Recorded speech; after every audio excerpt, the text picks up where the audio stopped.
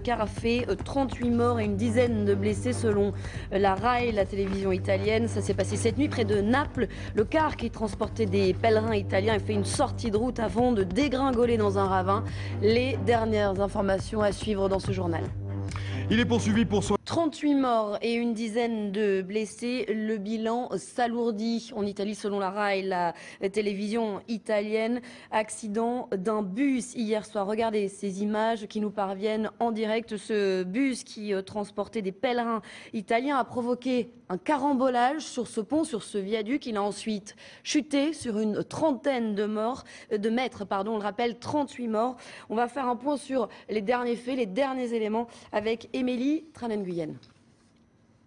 Voici ce qu'il reste du bus, écrasé au sol, retourné. À son bord, une cinquantaine de passagers dont de nombreux enfants. Tous sont originaires de la province de Naples et reviennent d'un pèlerinage quand l'autocar, qui arrive à grande vitesse, percute des voitures. Au moins 7 ou 8 encastrées les unes dans les autres. Emporté dans son élan, il effectue un vol plané par-dessus ce pont routier avant de s'écraser ici, dans les broussailles 30 mètres plus bas.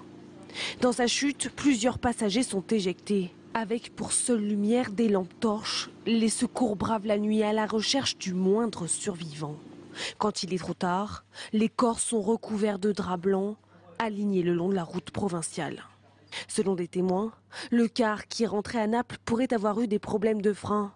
Des journalistes locaux évoquent d'autres hypothèses, dont un endormissement du chauffeur ou l'éclatement d'un pneu.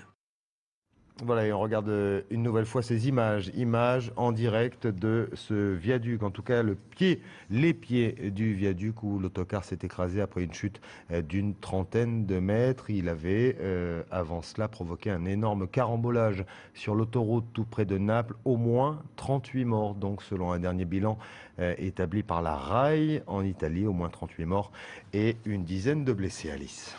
Et on va prendre à présent la direction de l'Espagne et on va parler d'un homme